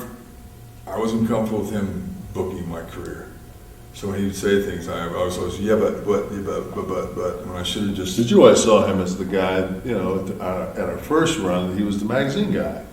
And to me, he came in with, and maybe deservedly so, but the way I viewed it was, there were such marks at WCW that said, oh, we're going to get the guy, this is the guy that popped Vince's TV. And having worked for Vince, you're going, you don't get it, man. He's a small cog in a big-ass machine. Nothing gets done up there without passing by Vince's desk. Yeah, Vince never signed off on it. It wasn't like Russo was writing the TVs, He may have been writing, but they're all run by other people for approval. And I think, and that's probably, that situation will never happen again, because at that point, Vince was in trouble. I mean, financially, the show was in trouble. There were times we were doing double their numbers. So, I mean, it's one of those deals where, like, they're grasping for straws, and Russo, started slowly pulling it out. At that point, Vince had no choice. Now, with them being the number one, that would never. Vince went R-rated then too. Yeah, and absolutely. And he knew that Turner's TV was more conservative, and Turner wouldn't do that. They started shooting up the girls' skirts. They started. Yeah, our they started. I mean, they had their top babyface doing stuff like this. They were cursing on TV, and we weren't allowed to do that. No. I got in trouble the time he booked us with those porno broads in Phoenix. It's a sweet match. I watched that too. I don't have that. I'd like to Oh, you watch should that. see that. All you cared about was the one girl who was like a freak, remember? She was Oriental. giant, yeah, giant. But they wouldn't let her work, but then you just went, boom. I'm not doing anything. I'm not doing it. I brought her all the way, because I was at that Thing in Frisco, watch my fist go. That guy called me, you don't want to work with Angle? And Sid? No. Fuck, I'm not taking a bunch of German suplexes. Fuck that. Oh, like you used to? I'm not going to put let's not talk business right now. Okay, I'm sorry. I'm sorry, I'm talking business. Were you guys surprised about? Let's wrap this up, bro. I gotta get going. Were you guys surprised that Zbyszko got so over when he feuded with you guys? Feuded with him. Right. I've said this on the other interview. I'm a huge fan of Larry Zbyszko. He helped me when I was in the AWA and was nobody, but kind of looked the part. I was a big cowboy-looking dude then, and Zbyszko was the top heel. And I went 15-minute Broadway with him in Winnipeg in front of 15,000, biggest crowd I'd ever been in front of at that point. And Zbyszko could have buried me and I wouldn't have known the difference. But he didn't. He made me look great the whole match. And I said it on the other interview, I'll say it now. The detail thing that he said, just like coming through the crowd, was a big detail that a lot of people would have missed on that NWO initial appearance. Usually on Broadway, the guys counting down the time, 10, 9, and then, the referee would go, 1, 2, 3, ding, ding, the bell ring, and every babyface I've ever seen before goes, like, what happened? Zbyszko was laying there and he goes, jump up like you won. And I never forgot that. And I jumped up like, yeah. Because everybody else goes, like, what happened? Did I win? He said, jump up like you won. I did, boom, and it was, it's one of those things that stuck in my mind. And it was cool to go back and be no longer a young boy, have some influence. And plus, he's live. And then I used to shoot angles with Zbyszko during commercials. I'd toothpick him during a commercial because we're standing out there for 2 minutes. You got to do something. Zbyszko was over. They were chanting Larry for an announcer, and I was trying to show Bischoff that we needed guys to work with. If it wasn't Zbyszko, it was always Murdoch. Those were two guys. Right. Murdoch. We turned Dusty NWO. Yeah. Everybody who ever helped me, I always tried to, show respect back. That's how it worked when I broke in. How would you guys have booked WCW Invasion angle different than Vince did? When we came back? Not when you came back, when he bought WCW and all the guys entered the company. Wait till fucking have WCW, have the guys besides having just Booker T and Dallas. Shane McMahon called me then. I had called him to thank him for. Is that when the kid went to rehab or something? I don't know. I called Shane or something. I said, "Hey, thanks for taking care of my buddy and all that." And he said, "Well, actually, Paul did that. I was out of his own pocket." And I said, "Well, anyway, thank you. He's like a little brother to me. I just want to thank you very much." He said, "Well, hey, you're going to Japan." I said, "Yeah, I just want to find out if I even want to work anymore." He goes, "Well, you always got a place here. Of course, we might have to, put you on that good boy clause. So I went, well, I'll talk to you when I get back."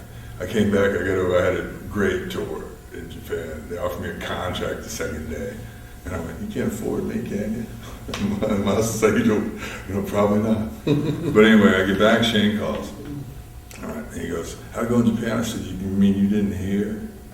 He goes, "Yeah, I heard it." He goes, I said, "You know what? I still love wrestling, and you know what? I'm real fucking good at it." And he went, "No." And I said, "That good boy clause? F that." But I told him, I said, "I don't want to be lost in this shuffle with a million other guys coming in." Right. And see, like Kev just said, anybody that the fans would have associated with WCW, all the top guys, our contracts weren't transferable. You couldn't buy most of us had 11 to 16 months left on deals. This is what killed me was when I was offered. It was like I think my last year my contract there was like 2.4 something like that because I had worked other little incentives into it. So they basically tell me we'll give you 50 cents on the dollar. All right, so I'm giving you back $1.3 million, and then you're going to guarantee me 750 of that back downside, and if I go on the road and bust my fucking ass, I might be able to make back to where I was if I sit home and watch TV and smoke pot. Well, gee, let me think. What'd you do, Kev? I sat home, watched You know what? You were about telling me, didn't Sting? a lot of guys did Sting and Goldberg, they all sat home. Good. Scott Steiner. Goldberg went to Vince, man. He didn't go to he came out. He got all this? I thought he got sold fuck no. He got all his. Were you surprised about Goldberg when he went to Vince? How he didn't get over and how he was pretty much hated there? Yeah, but it was I've always said that the whole there wasn't anybody that got over. You weren't allowed to get over because it was like why would you let it was like the Civil War was over. It'd been what 5-8 months, a year since the Civil War was over, and what you're going to go let a Confederate guy fucking have your belt? That wasn't going to happen. I mean they bastardized and beat everybody that came over there. We came over as NWO. We got over. And they killed it. They killed it, and just like, and I looked at it. I said, what? I said, after telling us they weren't. Yeah, this isn't about business. This is petty bullshit. And it wasn't about money. It was power, and Yeah, that's what it was. Got your back. It was a learning experience. Yeah, you got us back. Way to go. How huge do you think a true DX versus original NWO feud would be? How big for business? Now, sold out, hanging from the rafters. We'd have the straps. No, I mean, back when we talked about it at that thing in Manhattan, at that comedy club thing. Yeah, that was when everybody was talking about it. because DX was hot then, Right. and they needed opponents, and we were free. But I don't know. It's all it's time's gone by. I think those people wrestling each other. I mean, Kevin and I wrestling, Hunter and Shawn, and what I thought was sweet about the angle is you have Kid, who was in both factions, so he'd be the wild card. It could have been some interesting stuff. Probably still could, but I guess we'll never know. I don't think I want to work that hard anymore, to tell you the fucking truth, brother, anymore. I was going to ask you in my next question, if the NWO was ever brought back, would you guys ever want any kind of road schedule again at this point in your lives? Occasionally it's I was all only right. working- Vince gave me. I was only working 10 days a month for Vince when I did go. Where we were working 12. I was on 12. They weren't working that much more anyway. After we left, everything changed. Yeah. When we left, like you said earlier, they never had two top guys go, no, thank you. And what we're gonna No, we're going down there because they get days off. I Yeah. didn't even care about the money. Not only, You get days off. Yeah, not only that, though, you know exactly what you're making, so you can actually financially plan for a year. Right. I remember telling Vince, I said, man, I worked too hard to be fighting with my old lady about furniture. Like I call him and go, what'd I get for Royal Rumble? Well, you got X amount. I told you not to buy that couch. We can't afford it. Right. It was a rough life back then, man. Do you guys think your promos would have been as good if they were scripted like they were today in WWE? Absolutely not. That's what's wrong with the show. I think we're all about that fucking show is the name of it. There's Remember when nothing we wrong got about there, that. they would make you rehearse. Should be Monday Night Contrived. They Welcome to Monday Night Contrived! would take, when we got there at the end of the other thing, they would make us rehearse in front of Vince. And stuff. Yeah, in front of Vince. And he'd go, now, and that was when they'd say stuff, and he'd go, you got to remember now, they're going to go, what? Every time you say something, that when Austin's what thing was over, what? If you guys were to change the business in any way, what would you do differently today compared to back in the 80s and 90s? I mean, do you guys think that wrestling needs to go back to characters like Diesel and Razor? No.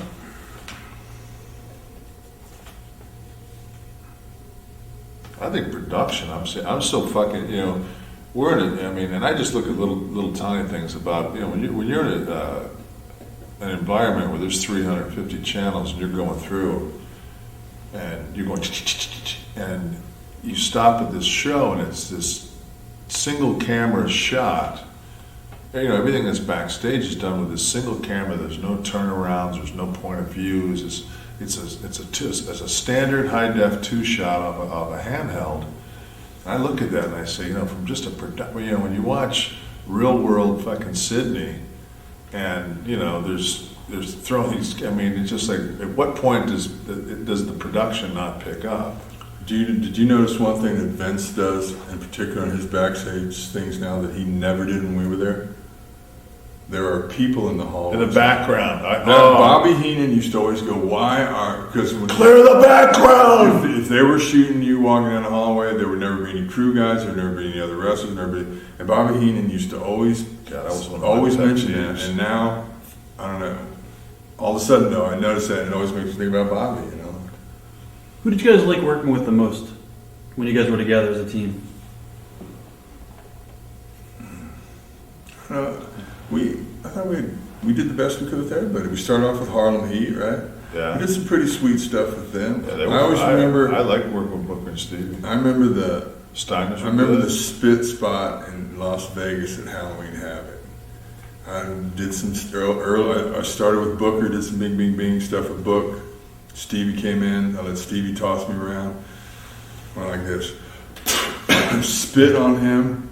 Stevie Ray's a big, proud black man, and you don't spit on him even when you're working. And I knew I was going to do it, but I didn't want to tell him because he might say no, and then I'd have to do it, and I'd get beat up when I get back to the locker room. So I did it, and he went, and people went, whoa, and he looked at me, and then I just went, just like this. Don't even look back. Just tag Kev, and it worked so sweet. And to Stevie's credit, after Kev put him over, Kev he binged Kev down, bing. He turned around to me and went, spit on me when I was on the outside. I came in, tripped on the rope, did the flare bump. And I enjoyed working with them. Steiners were great. Giant and Luger were Giant and Luger. We got good matches with Giant and Luger. We just did our shtick, bear paw. It was a pretty. everybody kind of did their part. I mean, it was that main event style. It wasn't like we were, Chinese fire drilling it out there. It's pretty just. I remember what was funny when we'd go to some towns and people go, well, you guys, good guys or bad guys? Depends on who we're wrestling, Depends on how over the other guys are. My always thing was, make them come back to the baby face if you're giving us, you're the heel. It's just simple as that. Yeah, it doesn't matter. I'll put you in some kind of a hold right now. I'm feeling. Not that neck fight. Yeah, I might put you in that neck fight. I might do it. I might put you in a Yoko nerve hold for the next hour. I might give you that electric chair again. Fuck that. Bischoff has questioned whether he gave Kevin too much power. What are your thoughts on that? Too fucking late. I take it. It's not you don't give me. Kev sees his power. Yeah, I never finished my statement earlier. When he goes into his grouch mode, we used to call him Grouch. Pretty soon, everybody's calling him Grouch. Where's the Grouch? And it was like, big guys crack sooner. Kev's 7 feet tall, even in first class on an airplane, it's uncomfortable. He can ride in a Cadillac. The luxury cars were in our contract. It's still too small. He goes to the whole king size bed, too small. It just wear and tear being a 7-footer walking around. And plus, what I always thought was cool observing it from standing right next to him going, well, he is right, Because Bishop would always go to me like, well, you're the little crazy one, but, you're kind of unstable, but fuck, he's mean, And Kevin would, he's big, he's tall, he's big, he's articulate, and educated.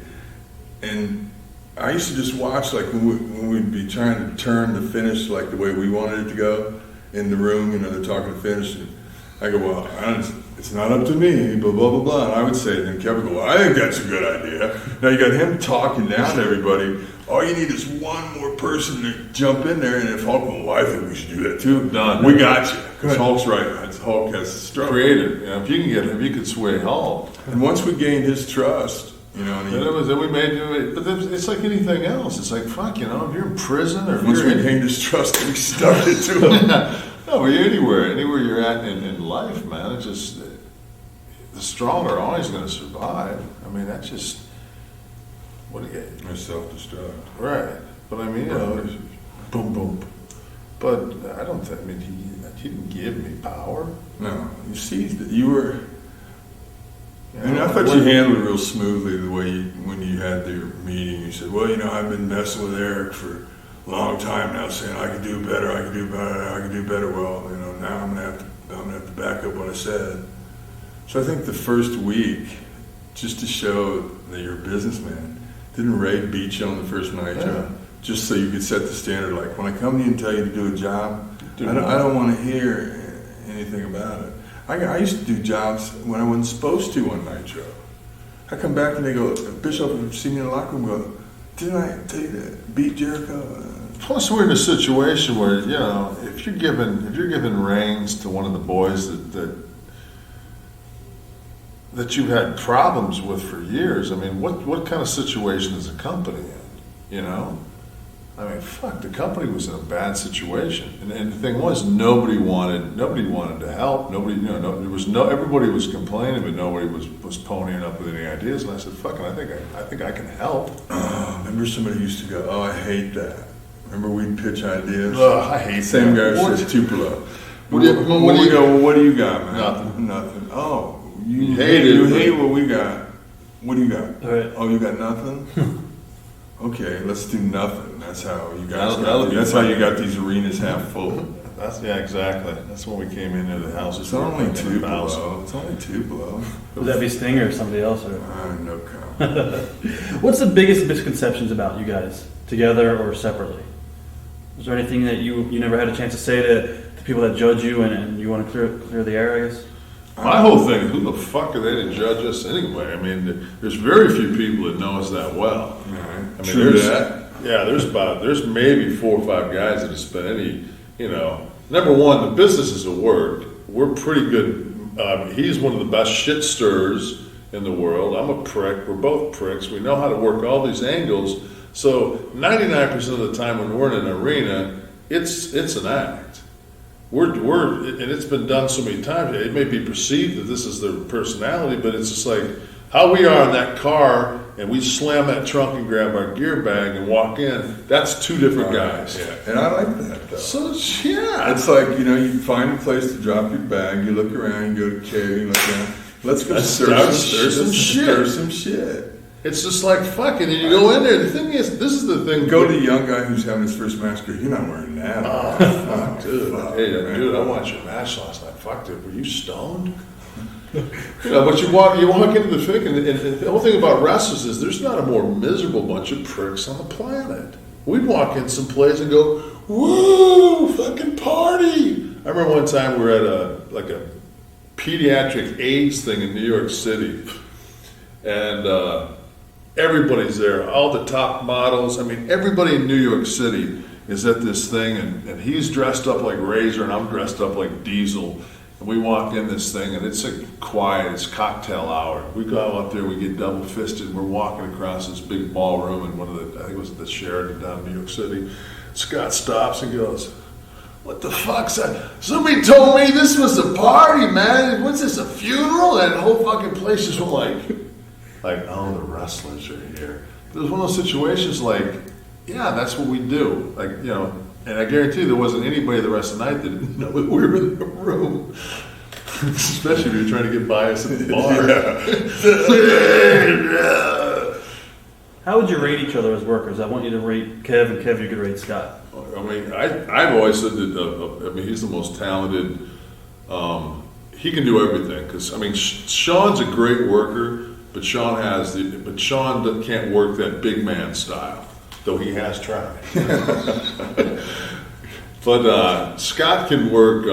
Because of his physical size. Scott can work like Brody, or Scott can work because he has. And I watched him. He can work the Shawn Michaels style. So to me, though, he's by far the most diversified of any guy that in my era that I've had the privilege of watching. He's by far, the best. He's the best big guy. He's the best big worker probably that the business ever seen. Thanks, Dad.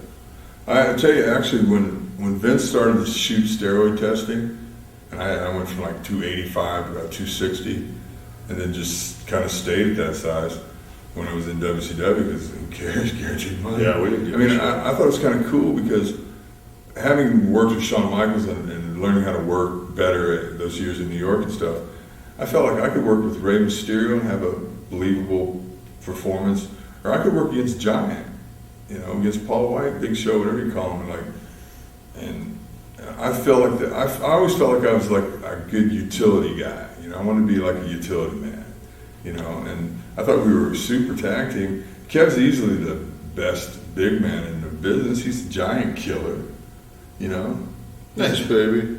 Remember that time I started crying when you didn't show up at Starcade and you had the brownie heart attack? Pop brownie heart attack? I go in there and Bischoff calls me. Didn't want Bischoff coming to my room. He goes, "Scott, what room do you? I need to talk to you." I just got out of the shower. What room are you in?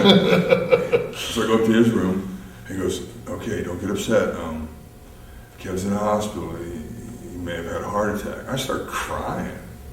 He goes, "Don't worry, but we need to know what we're gonna," because I'm supposed to be off at Stargate. Right. I'm walking to the ring with Bischoff. He's wrestling Zbyszko because of my buddy system, and so I'm thinking I'm off.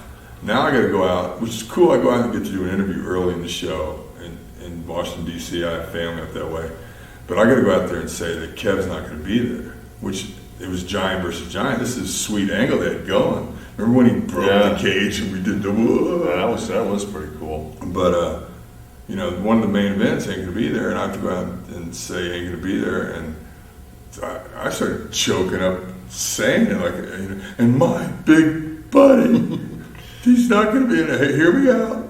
He's not gonna be here tonight. But I think that as a tag team, I feel like this sounds so egotistical, but I sat on the bus one time in Norton in Japan. Because every night, every day I'd hear, "Hall, that ain't Japanese style. Hey, Hall, that ain't Japanese style." Finally, after about 4 days, I turned around and went, "Hey, Norton, I ain't Japanese." I said, "I think they've seen how I work, or they wouldn't invite me over here." Yeah, And then I was talking, remember, I was trying to do so hard. I got so pissed when they wouldn't book us in that egg dome for the tag tournament. Because I kept saying, man, Nash contract be up January 1st, so by the time he flies over here, legally he can work. And, because I was on the bus and I said to Norton, I said, me and Nash are the best tag team in the world. And Scott Norton's a pretty straight shooter, And I like him, big Rhino. I call him Rhino. I like him. And he thought about it and he went, yeah, you're right. And from him, that was a huge compliment to me, because if he didn't think so, he would have said, fuck you. You guys suck. No, I think the Steiners were great in our era. Who else was good? The Mulkeys. Who were those dudes, Dudleys? I made a good impression on them, didn't I? Yeah, you did. Came in a little buzzed into LA, first day working for Vince, second time around. Hey, hey man, love your finish. Can't wait to kick out Can't of wait it. to kick out of it. Fucking, I'm like, oh god. Dope. Sorry, you didn't hear about us? Man, we almost done, bro. I'm getting so much heat. There was like 5 more minutes probably. I'm just going to end it up. What did you guys think about Jim Cornette ran against you guys and Sean Waltman when you guys were in WCW? Do you guys think he was too personal on you? Jim Cornette. He went on TV, on WWE TV, and went off on you guys. Yeah, I actually took no offense to it, because I knew at that time nobody was watching the show. I didn't even hear about it. No, he said, remember one barely time he paid said, attention to what we were that was the one he said I had like 3 moves. I'm thinking, fuck, man, did I add one? I guess in closing, is there anything you want to say to your fans out there that you never had a chance to say before? Thanks for Going to be in Little Rock. Gonna be in Little Rock. Of course, by the time you see this, we'll already have been there and kicked somebody's ass. Going to San Francisco. Outsiders back on the road, baby. Outsiders on tour, baby. Outside. Old school outlaws on the road. We're going to start whoring ourselves out and make every little indie show out there. So if you see the Outsiders coming to your town, buy ringside And tickets. it's fucking gonna be us too. We're showing up. We're going to be there. He'll be sober. I can't promise you that. I'm not on. Yeah. I'm not on a good boy contract. I take antabuse before I go to towns now. Every time I get on a plane and go to Puerto Rico, I take antabuse. It's good for it, man. Yeah, it is, because they're waiting for me to explode, Now they dig me.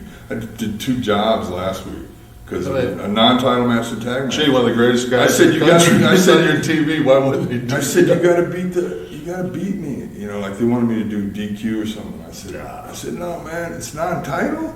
I said, he's got to beat me. I'm their champion, so he's got to beat me. Then we're in a tag the next night.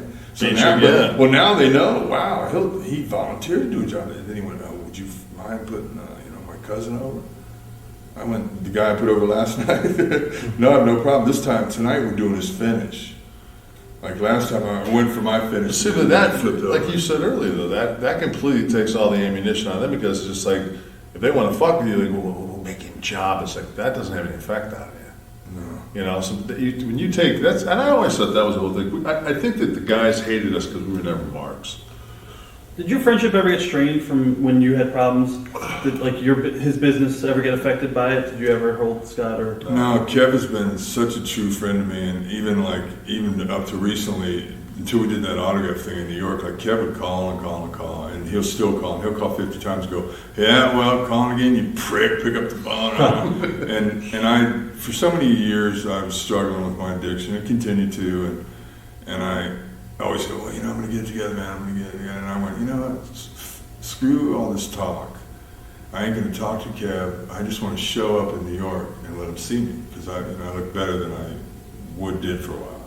And I said, I'm just going to show up and but then I guess, what happened is I did that show in Puerto Rico and everybody started blowing me, man. Well, what happened was I was sitting at home and my phone, once again, my phone blew up, and I'm at dinner time and the phone's going off, and I'm thinking, last time my phone went off like this, it was the Benoit situation. I'm thinking maybe I should pick up my phone.